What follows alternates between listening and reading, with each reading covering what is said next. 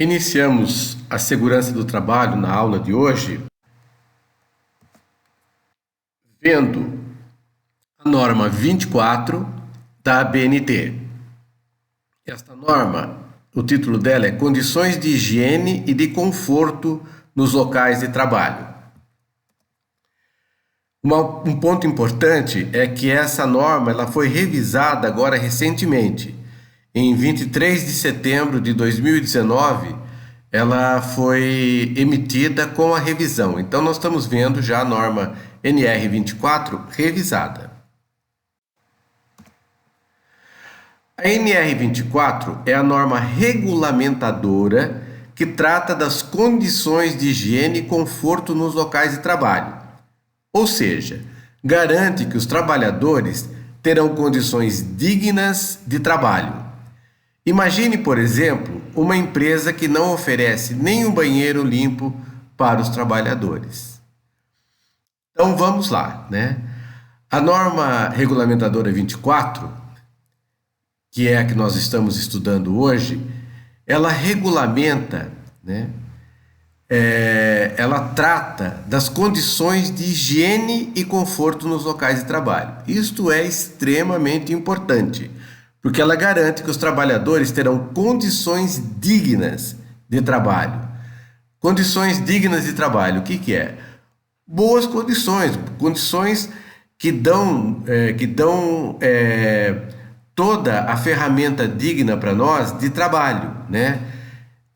Local de trabalho, ventilação, iluminação, materiais. Então, ela garante uma condição digna de trabalho. Aqui nós falamos, né? Imagine, por exemplo, uma empresa que não oferece nenhum banheiro limpo para os trabalhadores. Uma condição muito ruim, né? Você vai no banheiro, o banheiro está sujo, mau cheiro, né? Então tem que ter essas condições, né? No caso nosso aqui seria de higiene, para que nós trabalhemos de uma forma boa, produtiva.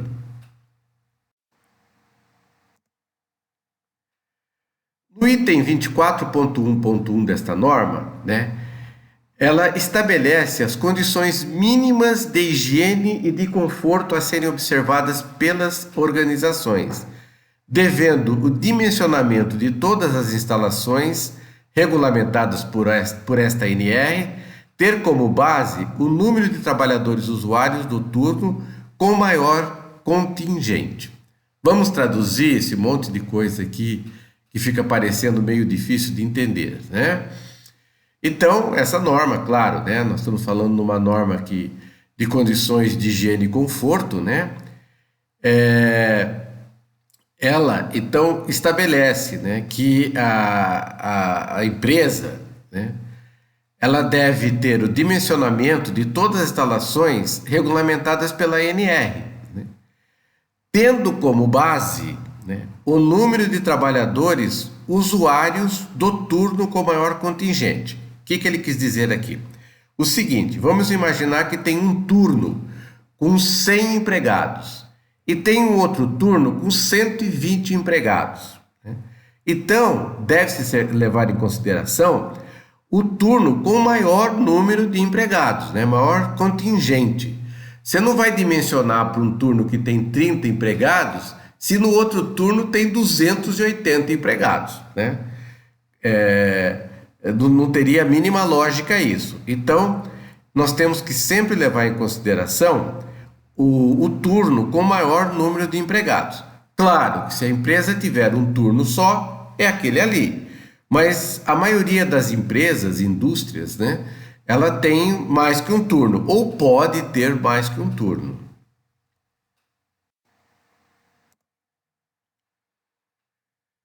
O item 24.1.1.1, para efeitos desta NR, trabalhadores usuários, doravante denominados trabalhador, é o conjunto de todos os trabalhadores no estabelecimento que efetivamente utilizem de forma habitual as instalações regulamentadas pela NR.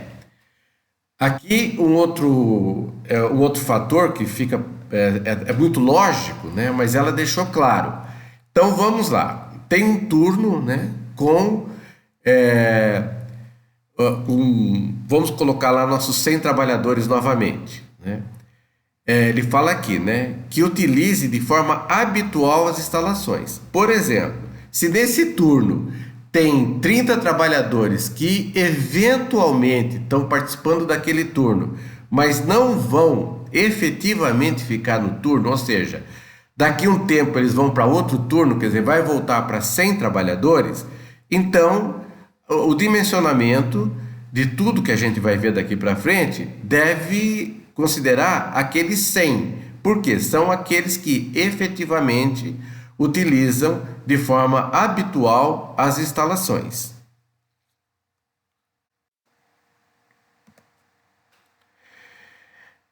Então, do que trata essa norma? Então, vamos ver agora, vamos começar a entrar em detalhes sobre esta NR. Ela trata de instalações sanitárias. Trata de componentes sanitários, ou seja, os componentes que tem nessas instalações sanitárias. Os vestiários. Também ela trata dos locais para refeições. Trata das cozinhas.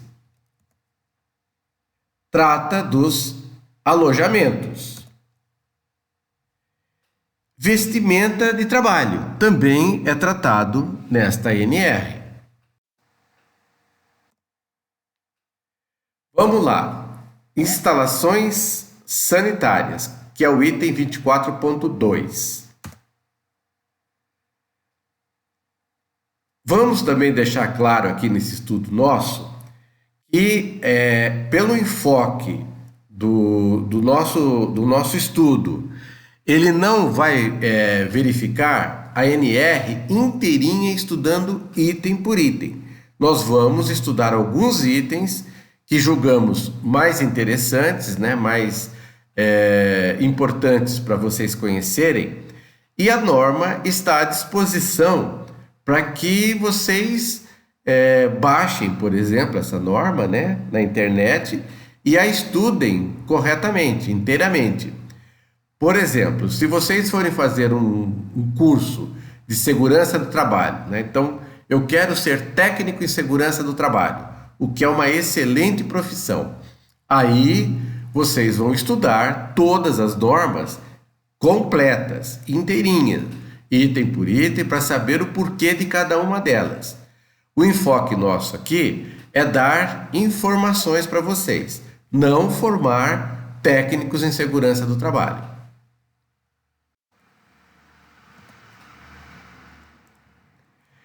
Deve ser atendida a proporção mínima de uma instalação sanitária para cada grupo de 20 trabalhadores ou fração, separadas por sexo. Então vamos lá. Quando uma empresa, um local qualquer, um comércio, né, uma indústria, você chega lá, tem instalação sanitária para homens e para mulheres, dividida por sexo, isso é porque o item 24.2.2 determina que assim seja feito. Outra coisa, como que eu vou saber quantas instalações sanitárias deve ter? Então ele coloca aqui.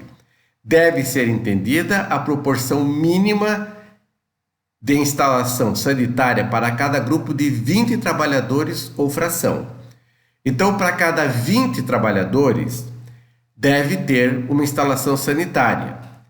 Aí, veja quantos trabalhadores tem na empresa, divide por 20, você vai saber quantas instalações sanitárias tem que ter. E não esquecendo que essa norma, ela diz as condições mínimas. Então, acima disso, pode ter quantos quiser. Por exemplo, uma empresa, ela pode falar o seguinte: aqui nós não vamos considerar grupos de 20, nós vamos considerar grupos de 10. Ótimo, vai ter mais condições. Nós vamos considerar grupo de 15. Tudo bem, ótimo. Não pode considerar grupos de 30, porque aí você passou do número mínimo que a norma estabelece.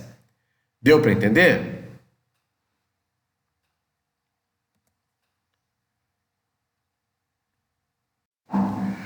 Os Os compartimentos destinados às bacias sanitárias devem. Nós vamos ver alguns itens que eu julgo importantes. Primeiro, ser individuais. Depois, ter divisórias com altura que mantenha o seu interior indevassável, com vão inferior que facilite a limpeza e a ventilação. Ser dotados de portas independentes, providas de fecho que impeçam o devassamento. Nossa, dois termos aqui complicados, né? Indevassável e devassamento. O que será que significa esses dois termos, né? Vamos ver?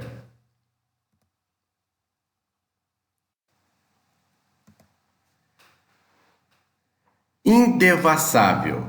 Indevassável que não se pode devassar, ou seja, que não se pode observar, que não se pode ver. Devassável, que se pode observar, que se pode ver, ou seja, devassável é o inverso de indevassável. Pronto, agora nós sabemos o que é essas duas palavras, o que significam, e fica fácil da gente entender. Vamos voltar lá. Então, ter divisórias com altura que mantém o seu interior indevassável, ou seja, que não se pode ver. Um vão inferior que facilita a limpeza e tal.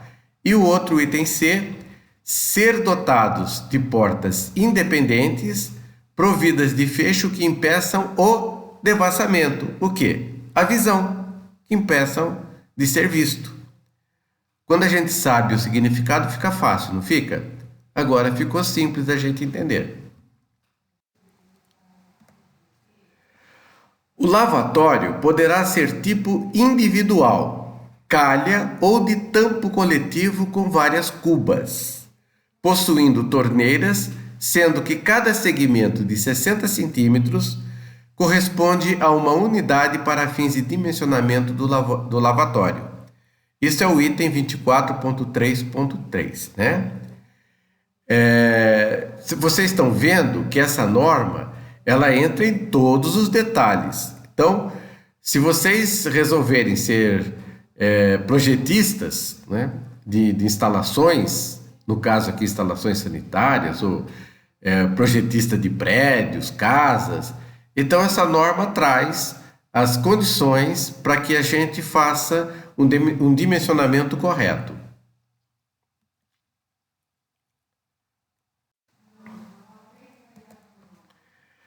O lavatório deve ser provido de material ou dispositivo para limpeza, enxugo ou secagem das mãos, proibindo-se o uso de toalhas coletivas. Vamos lá, proibindo-se o uso de toalhas coletivas. Então, não pode ter toalha coletiva. Como vocês veem lá na nossa entidade, nós não temos toalhas coletivas, né? Porque nós obedecemos às normas da ABNT.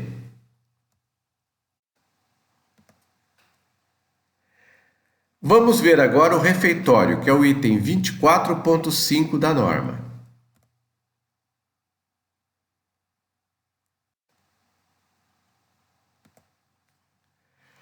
É permitida a divisão dos trabalhadores do turno em grupos para a tomada de refeições, a fim de organizar o fluxo para o conforto dos usuários do refeitório, garantido o intervalo para alimentação e repouso. O item 24.6.1. Então, a norma permite a divisão dos trabalhadores do turno em grupos para a tomada de refeição. O que significa isso? Então lá, o grupo tem, o turno, né? Aliás, tem 200 trabalhadores. Então, pode-se dividir, por exemplo, em grupos de 50, em grupos de 30, em grupos de 120, não sei. Depende aí das condições do refeitório, mas é permitido fazer grupos dentro desse turno para a tomada de refeição. Ou seja, sai um grupo, faz a refeição, volta, sai outro grupo, faz a refeição, volta, né? Sempre, né, garantido o intervalo para alimentação e repouso. Ou seja, não é chegar lá, por exemplo, almoçar e voltar correndo, né? Tem que ter um intervalo. Então, para isso, se faz uma programação para que dê certo todos esses itens, visando o conforto dos usuários do refeitório. Os locais para tomada de refeições para atender até 30 trabalhadores devem a. Ser destinados ou adaptados para este fim, ou seja, precisa ser um local para refeição realmente. B. Ser arejado e apresentar boas condições de conservação, limpeza e higiene. Claro, né? Não pode ser um lugar lá fechado, feio, né? Que não tenha nada disso. Então, tem que ser arejado, quer dizer, tem que ter ventilação, né? E boas condições de conservação, limpeza e higiene. E item C, possuir assentos e mesas, balcões ou similares suficientes para todos os usuários atendidos. Então, não é sentar no chão, né? Sentar num canto lá em cima de alguns tijolos, por exemplo, né? Fazendo tijolo de assento de cadeira, né? Para tomar refeição. Então, possuir assentos e mesas, balcões ou similares suficientes para todos os usuários atendidos. Se está atendendo 30, são 30, né?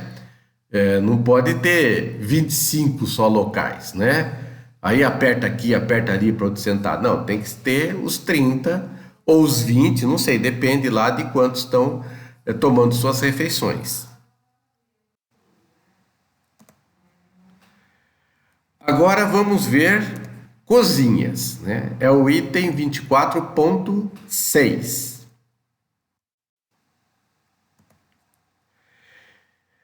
Em câmaras frigoríficas devem ser instalados dispositivos para abertura da porta pelo lado interno, garantida a possibilidade de abertura mesmo que trancada pelo exterior. Então eu destaquei esse item aqui porque eu cheguei a analisar alguns acidentes ao longo da minha vida, em que a pessoa ficou trancada dentro da câmara frigorífica. Então, primeiro, o que é uma câmara frigorífica, né? É uma sala grande com motores de refrigeração que mantém, por exemplo, uma temperatura de 0 graus, de 1 grau, assim, bem fria, né? E você mantém os alimentos lá dentro para serem conservados. Bom, como que se entra nessa câmara frigorífica? Tem uma porta grande que você entra andando dentro da câmara frigorífica, né? Então você abre essa porta, entra, né? Claro que essa porta é fechada, porque senão a temperatura lá dentro sobe rapidamente, pode estragar os alimentos que estão lá dentro, né? O mantimento que tiver lá dentro. Porque fora está uma temperatura ambiente, né? E na nossa região essa temperatura é alta, né? 30 graus, 28, 35, né, graus. E dentro lá da câmara está, por exemplo, 0 graus. Então você abre a porta, se você deixar aberta, que nem acontece na geladeira na casa da gente. Você deixa a porta da geladeira aberta, a temperatura dentro da geladeira sobe, né? Está lá, por exemplo, em 8 graus, passa a 10, 12, 15, né? Então, a câmara frigorífica também acontece isso e muito mais rapidamente, porque a diferença de temperatura é muito grande. Então, vamos lá. O que diz esse item 24.6.2? No caso de câmeras frigoríficas, e é muito comum grandes empresas terem câmeras frigoríficas, porque ela não tem como guardar as coisas numa geladeira, né? Tem que ser um local muito grande. Então, nessas câmeras frigoríficas, esta porta, ela tem que ter uma abertura pelo lado interno dela. Ou seja, se eu fechar a porta, eu estiver lá dentro da câmara frigorífica, eu tenho como abrir pelo lado interno a porta. Então, esse dispositivo ele é obrigatório. A norma aqui diz, e ele é obrigatório, é um item de segurança extremamente obrigatório, né? Ele é uma maneira que você tem para que a pessoa não fique trancada e morra congelada lá dentro. Imagine, né? O trabalhador entrou lá dentro, a porta bateu, fechou, né? E o pessoal vai embora, não sabe que tem uma pessoa lá dentro. Pronto, ela fica trancada lá, por exemplo, uma noite toda. Com toda a certeza do mundo, ela vai morrer congelada. Então, essa porta, ela tem que ter uma abertura pelo lado interno.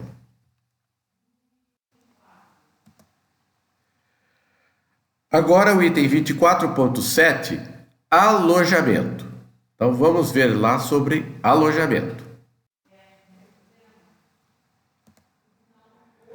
Caso as instalações sanitárias não sejam parte integrante dos dormitórios, deve estar localizado numa distância máxima de 50 metros dos mesmos, interligados por passagens com piso lavável e cobertura.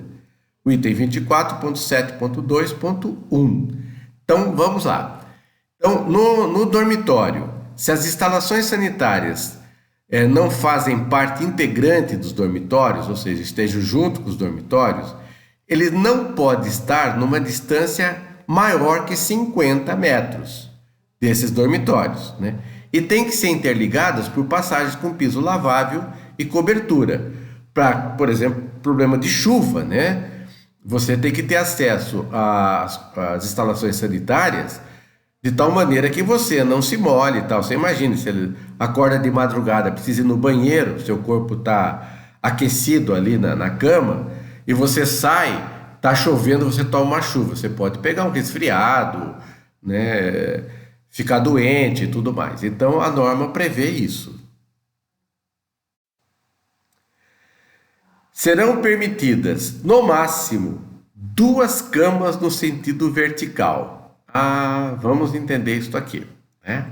Serão permitidas, no máximo, 2 camas no sentido vertical. O que são 2 camas no sentido vertical, hein? É o famoso beliche, né? Uma cama em cima da outra. Então, é permitido no máximo 2 camas, ou seja, esse beliche ter apenas a parte inferior e uma parte superior, né? Não é permitido este caso aqui que eu estou acabando de mostrar, que são 3 níveis de cama, né? A inferior, a do meio e a superior. Isto não é permitido. Só é permitido 2 níveis. Então, serão permitidas, no máximo, 2 camas no sentido vertical.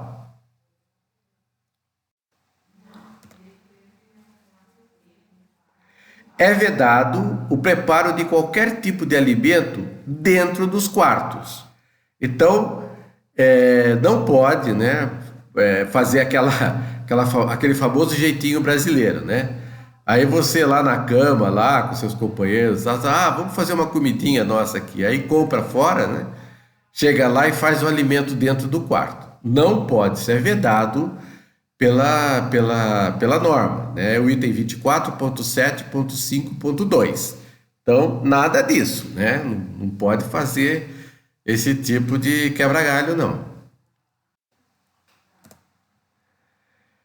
Bom, e a norma conclui com uma disposição geral, né? Disposições gerais é o item 24.9. Então, vamos ver os alertas que eles dão nessas disposições gerais. Em todos os locais de trabalho, deverá ser fornecida aos trabalhadores água potável, sendo proibido o uso de copos coletivos. Bom, acho que nem se imagina mais copos coletivos, né, na face da Terra, né? Pelo amor de Deus, né? Isso aí é um foco de contaminação de todo tipo de doença possível, né? Então, esse item 24.9.1, ele diz que em todos os locais de trabalho deverá ser fornecida aos trabalhadores água potável. Então, tem que ter água potável. Potável significa o quê? Que pode ser bebido, né?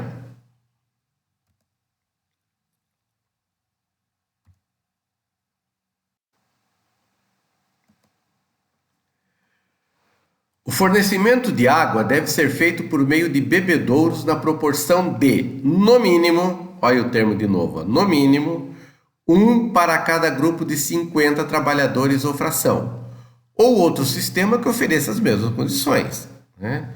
Então, quando for dimensionar o fornecimento de água, né, por meio de bebedouros, tem que ser na proporção de um bebedouro para cada grupo de 50 trabalhadores.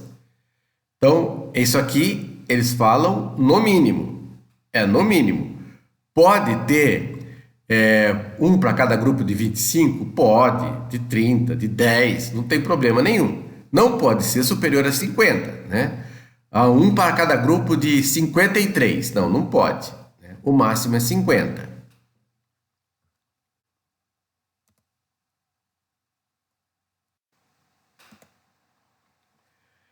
Na ausência de código de obra local, deve ser garantido pé direito mínimo de 2,50 m, exceto nos quartos de dormitórios com beliche, cuja medida mínima será de 3 metros. O que é pé direito? Pé direito. E aí, pessoal?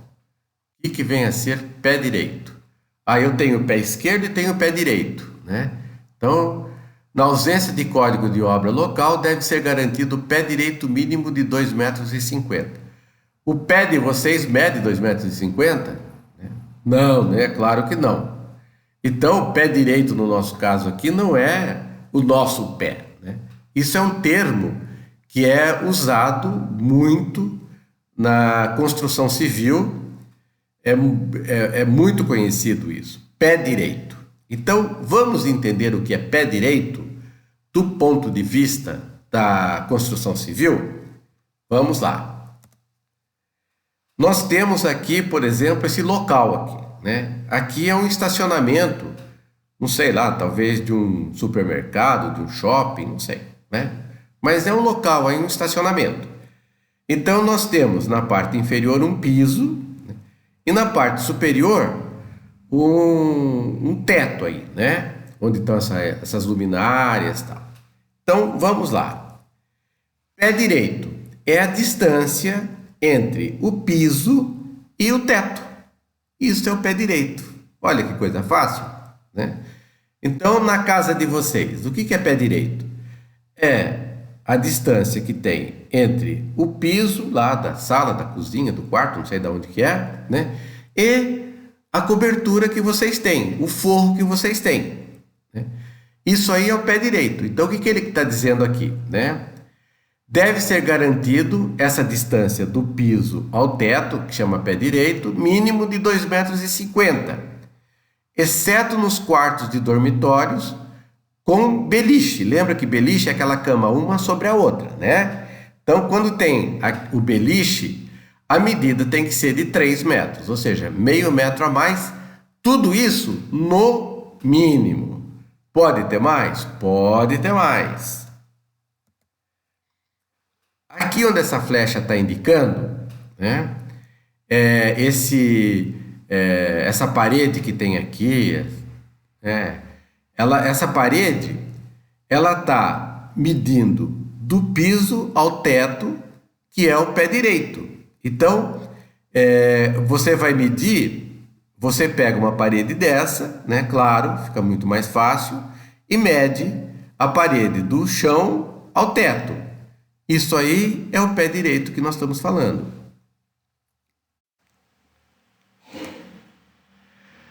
A NR24, ela trouxe também nessa revisão dela alguns anexos. É importante saber para vocês, se precisarem usar, vão saber que tem isso, né? Então, vamos lá. O anexo 1. O anexo 1 são condições sanitárias e de conforto aplicáveis a trabalhadores em shopping center. Então, para casos de shopping center, a NR24 traz nos anexos umas condições próprias, especiais. O anexo 2 são condições sanitárias e de conforto aplicáveis a trabalhadores aonde? Em trabalho externo de prestação de serviços. Então, quem trabalha externo prestando serviço, então vai lá no anexo 2 da NR24, que tem as condições lá estabelecidas. E o anexo 3, que é condições sanitárias e de conforto aplicáveis a trabalhadores em transporte público rodoviário, coletivo urbano de passageiros e atividade externa. Então, também ela previu nessa revisão condições de conforto, né, sanitárias de conforto para trabalhadores trabalhadores de rodoviários, né, que trabalham em coletivos, né, atividades externas. Então, tem esses três anexos na NR 24 para a gente ir nesses pontos especiais para verificar as condições próprias desse tipo de trabalho.